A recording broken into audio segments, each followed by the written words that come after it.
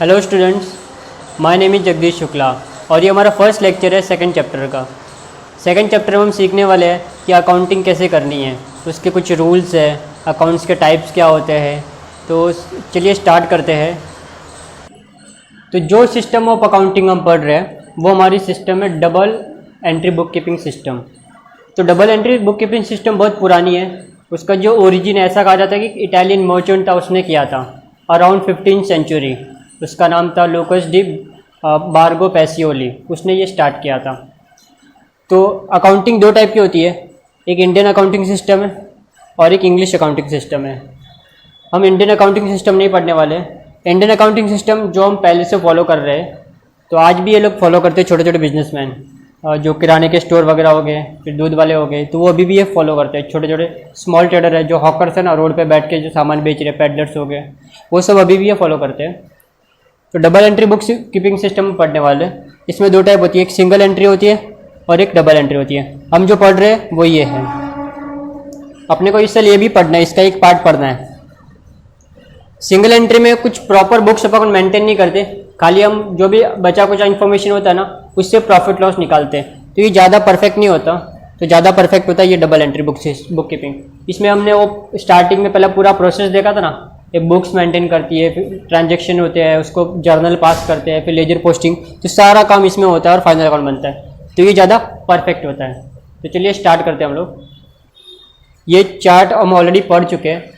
ये एलिमेंट्स है double entry book keeping system के, मतलब एक स्टेप समझ लो आप। तो सबसे पहले हम लोग क्या करते हैं, ट्रांजेक्शन को एंटर करते हैं। हर एक ट्रांजेक्शन के दो इफेक्ट होंगे। सपोज मैं आपको एक एंट्री लिख के बताता हूँ। अभी एंट्री कैसे पास करनी है वो हम इस चैप्टर में सीखने वाले हैं। सपोज मैंने गुड्स परचेज किया ए से, तो उसकी एंट्री ऐसे पास होगी। अभी एंट्री कैसे पास करनी है वो हम बाद में देखेंगे, खाली आप समझ लो। सपोज 5000 का परचेज किया, तो यहाँ पे नीचे लिख देंगे नरेशन बीइंग गुड्स परचेज्ड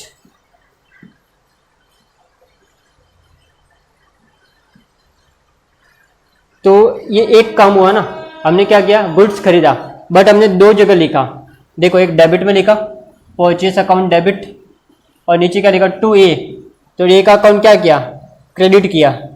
ये लिखा नहीं जाता क्रेडिट, बट वो समझा जाता है। तो ए को क्या किया हमने, क्रेडिट किया। तो एक ट्रांजेक्शन को कितनी बार रिकॉर्ड किया, एक डेबिट में और एक क्रेडिट में। इसके लिए इसका नाम क्या, डबल एंट्री।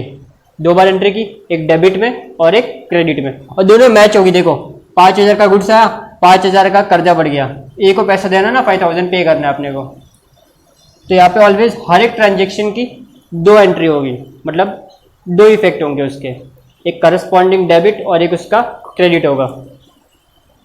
फिर ये ट्रांजेक्शन को रिकॉर्ड करेंगे। कहाँ पे रिकॉर्ड करते हैं, जर्नल। ये मैंने क्या किया एक्चुअली, इसको बोलते हैं जर्नल एंट्री, या इसको खाली एंट्री भी बोलते हैं। ये मैंने क्या किया, जर्नल एंट्री पास की। इसके बाद इसकी लेजर में पोस्टिंग होगी। इसका एक लेजर बनता है। अभी सपोज जैसे कि परचेस है, तो यहाँ पे परचेस अकाउंट बनेगा। ऐसे जितने भी नाम होंगे ना, सबका अकाउंट बनेगा। से ए है तो इधर ए का अकाउंट बनेगा, mister A.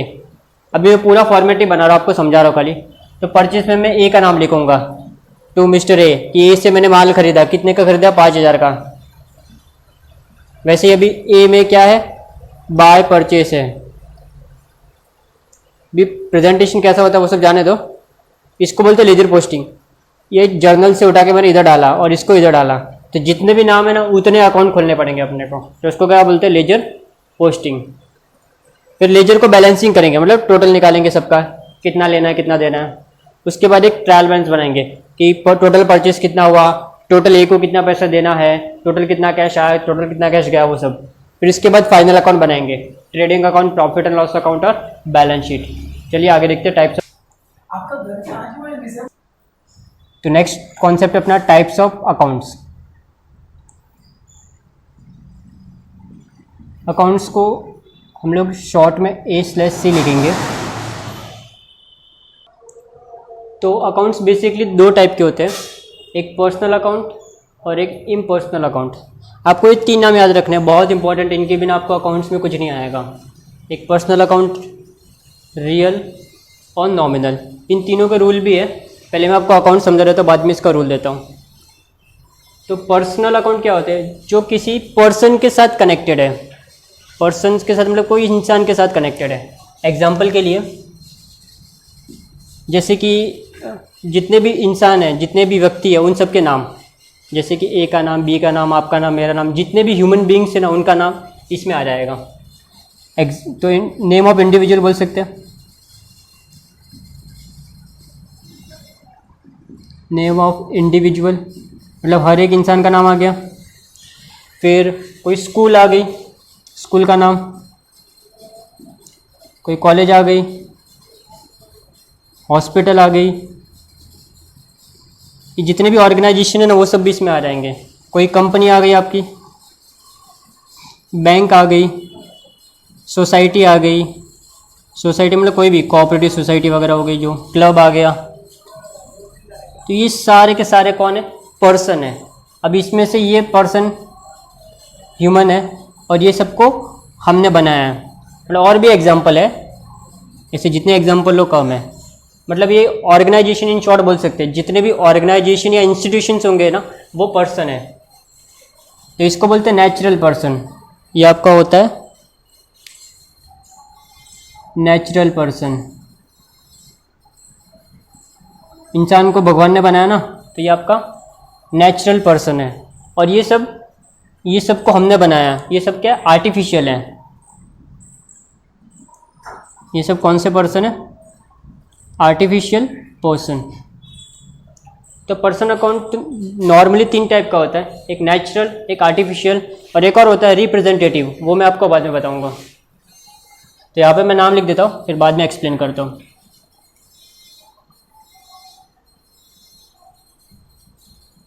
Representative personal account,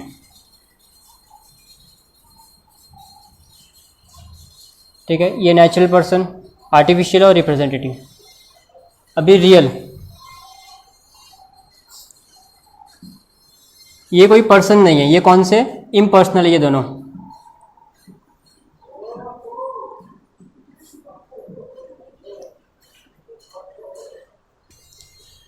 फिर रियल अकाउंट, आपका जो रियल अकाउंट 2 टाइप का होता है मेनली, टेंजिबल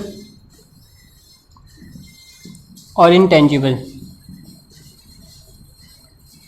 जो टेंजिबल एसेट होती है ना, जो टेंजिबल आइटम, वो इसमें आ गई और इनटेंजिबल आ गई।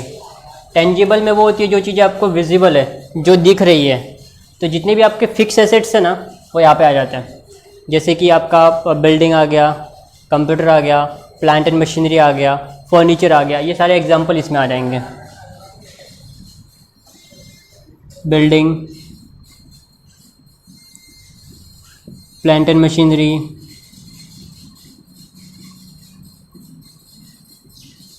थर्ड कंप्यूटर्स,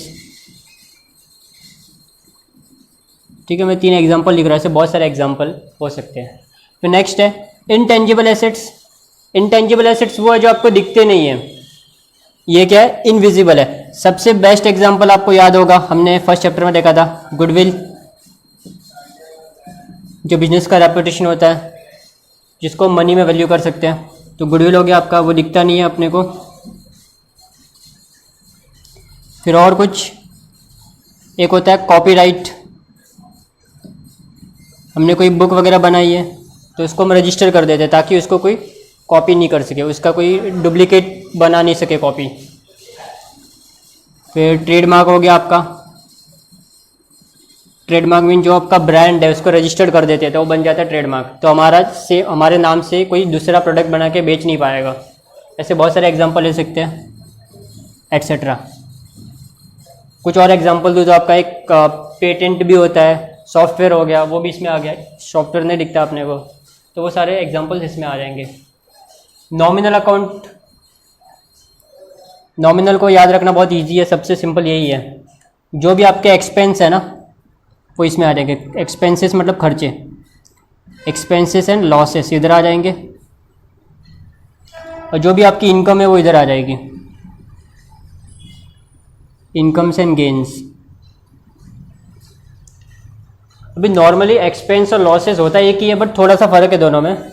एक्सपेंस वो है जो अपनी जेब से जा रहा है, हम खर्चा कर रहे हैं, इसके बदले में अपने कुछ फ़ायदा हो रहा है, किसी ने अपने को कुछ दिया या सर्विस दी तो उसके बदले में हमने कुछ खर्चा किया। लॉसेस वन एंड होते हैं, मतलब ये हमारे पास से सिर्फ जाते ही है। जैसे कि आग लग गई तो इसकी वजह से आपको लॉस हुआ, ऐसा नहीं बोलोगे मुझे आग लगी तो मेरे को खर्चा हो गया, तो ये लॉस होता है। वैसे ही सेम इनकम, आपने कुछ गुड्स बेच के कमाया, और गेन मतलब आपको लॉटरी लग गई तो वो गेन होता है। एक्सपेंसेस और लॉसेस के एग्जांपल्स देखते हैं। सैलरी, रेंट, सैलरी पे किया आपने, रेंट पे किया, और लॉस बाय थेफ्ट या लॉस बाय फायर। फिर आपका एक सबसे बेस्ट एग्जांपल डेप्रीशिएशन एट्सेट्रा। जितने भी एक्सपेंस है और लॉसेस सब यहाँ पे आ जाएंगे। 2 मैंने एक्सपेंस लिया, 2 लॉसेस लिए। फिर नेक्स्ट है इनकम, आपको कमीशन मिला, कमीशन रिसीव्ड, ये हमारी इनकम हो गई। फिर डिविडेंड किसी कंपनी से मिला,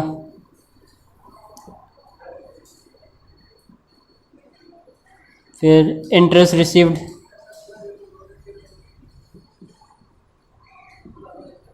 कोई एसेट बेचा तो प्रॉफिट हो गया, profit on sale of asset. तो ये सारे आपके इनकम है एट्सेट्रा। तो अभी आपको कुछ भी नाम दिया रहेगा तो आपको आइडेंटिफाई करना आना चाहिए कि वो पर्सनल अकाउंट है, रियल अकाउंट है या नॉमिनल अकाउंट है। जैसे कि आपको कोई खर्चे का नाम देगा तो आपको बोलने का कि ये नॉमिनल अकाउंट होगा, क्योंकि सारे एक्सपेंस और इनकम कहाँ पे आते हैं, नॉमिनल अकाउंट में। कोई भी इनकम का नाम देगा तो आपको याद आना चाहिए कि नॉमिनल अकाउंट है। कोई भी एसेट का नाम आएगा तो देखो वो टेंजिबल है, इनटेंजिबल, उससे कुछ फ़र्क नहीं पड़ता, तो आपका रियल अकाउंट में आ जाएगा वो। फिर कोई भी पर्सन से रिलेटेड नाम रहेगा तो वो आपका आ जाएगा पर्सनल अकाउंट आ जाएगा। अभी थर्ड वन बाकी था अपना आर्टिफिशियल रिप्रेजेंटेटिव पर्सनल अकाउंट। क्या होता है ये? पर्सनल अकाउंट एक्चुअली है नहीं, बट वो रिप्रेजेंट कर रहा है। जब भी ये एक्सपेंस और लॉसेस के आगे ना, इन दोनों के आगे कुछ आउटस्टैंडिंग या प्रीपेड लग जाता है ना, तब वो आपके रिप्रेजेंटेटिव पर्सनल अकाउंट बन जाते हैं। जैसे कि देखो ये सैलरी, सैलरी मतलब खर्चा है, तो इसका एग्जांपल होता है जैसे कि आउटस्टैंडिंग सैलरी।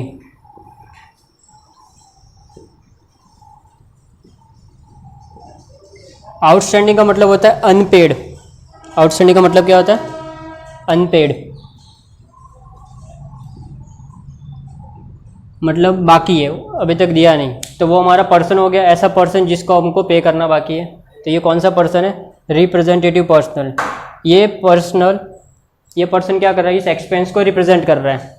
कोई भी खर्चे के आगे आपका आउटस्टैंडिंग लग गया तो वो कौन सा अकाउंट बन जाएगा? आपका रिप्रेजेंटेटिव पर्सनल अकाउंट। वैसे ही हो सकता है कोई खर्चा एडवांस पे किया, नॉर्मली रेंट हो सकता है या फिर इंश्योरेंस नॉर्मली एडवांस होता है। तो दूसरा एग्जांपल लेते हैं, प्रीपेड इंश्योरेंस। प्रीपेड मतलब एडवांस दे दिया हमने।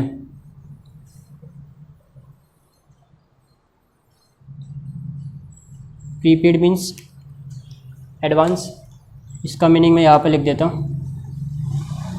हमने एडवांस पे कर दिया इंश्योरेंस कंपनी को, तो ये भी हमारा एक रिप्रेजेंटेटिव पर्सनल है। हमने एडवांस दिया ना, वो अपना खर्चा नहीं है फिलहाल। वैसे इनकम के आगे आपने इनकम एडवांस में ले ली तो इनकम रिसीव्ड इन एडवांस।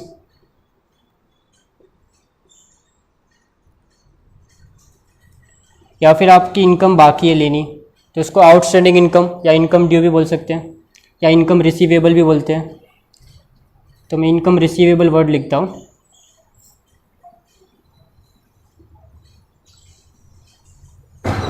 या इनकम ड्यू।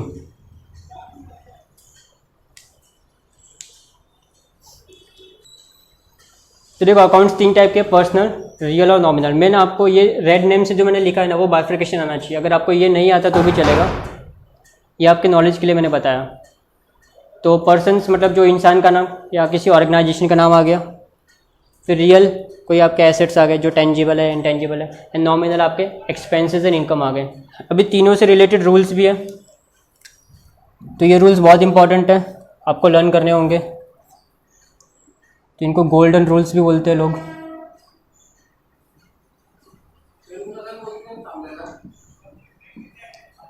पहला पर्सनल अकाउंट का एक रूल है,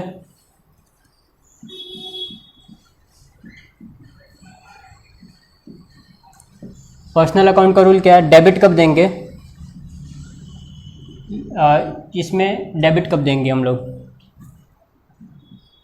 जब वो रिसीवर होगा। डेबिट कब देंगे, जब वो रिसीवर होगा। तो debit the receiver, D R means debit और C R means credit. Credit the giver,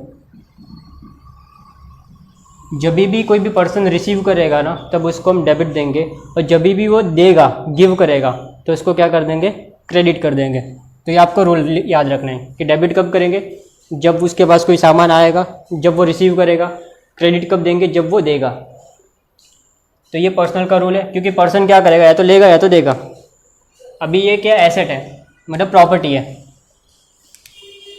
तो आपका सेकंड रूल रियल अकाउंट के लिए है। अभी या तो आपके पास कोई सामान आएगा या तो जाएगा। सपोज मैं बात कर रहा हूँ कंप्यूटर की, तो कंप्यूटर या तो आपके पास आएगा या तो जाएगा।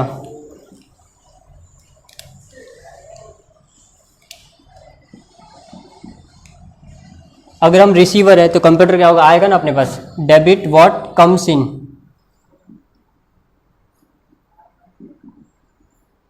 अगर कोई चीज़ आ गई तो क्या कर दो, डेबिट कर दो, और चली गई तो क्रेडिट कर दो। Credit what goes out.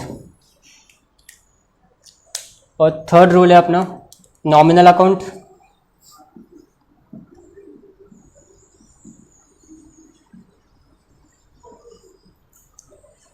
Nominal account मैंने ऑलरेडी यहाँ पे लिखा हुआ है, एक्सपेंसेस एंड लॉसेस ये आपका डेबिट होंगे, और इनकम एंड गेन्स आपका क्या होगा, क्रेडिट होगा।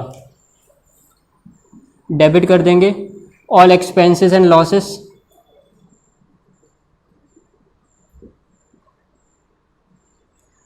एंड क्रेडिट कर देंगे all incomes and gains.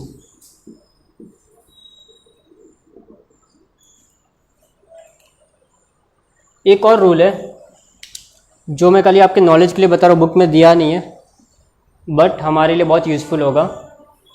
Personal account का जब भी डेबिट बैलेंस होगा तब वो इंसान हमारा डेटर होता है। डेटर मतलब उस इंसान से पैसे अपने को लेने हैं। और किसी भी पर्सनल अकाउंट का क्रेडिट बैलेंस होता है तब उसको हम क्रेडिटर बोलते हैं। देखो डी आर डेबिट और डी आर डेटर, देखो डी आर आ रहा है, और सी आर क्रेडिट और सी आर क्रेडिटर, ऐसा आप याद रख सकते हो। मेन आपको ये रूल याद रखने हैं, debit the receiver, credit the giver. तो सबसे पहले अपने को अकाउंट आइडेंटिफाई करना सीखना है। तो हम आगे देखेंगे अकाउंट्स कैसे अपने को पता करना है कि कौन सा अकाउंट क्या है, इसमें एक्टिविटीज़ देखेंगे हम। और अपने को क्वेश्चन भी आएंगे एग्जाम में कि आपको एक कोई स्कूल का नाम दे देंगे तो बोलेंगे ये कौन सा अकाउंट है, या आपको कोई एसेट का नाम दे देंगे, बोलेंगे कौन सा अकाउंट है, कोई खर्चे का नाम देंगे कौन सा अकाउंट है। तो आपको कुछ नाम दे देंगे और आपको आइडेंटिफाई करना है उसमें से किस टाइप का अकाउंट है। फिर आपने जब आइडेंटिफाई कर लिया फिर हम ये रूल अप्लाई कर सकते हैं। तो ये रूल्स बहुत इंपॉर्टेंट, आप कहीं पे इसको प्रॉपरली लिख लो। तो ये लेक्चर में हम इतना ही डिस्कस करते हैं। आपको मेन क्या, नेक्स्ट लेक्चर के लिए आपको ये सब पढ़ लेना एक बार, टाइप्स ऑफ अकाउंट क्या होते हैं, इसको हम थोड़ा डिटेल में जाएंगे सबके ऊपर, और ये प्रॉपर्टीज आप कहीं पे लिख लेना और उसको लर्न कर लेना। तो फिर हम नेक्स्ट लेक्चर में मिलते हैं।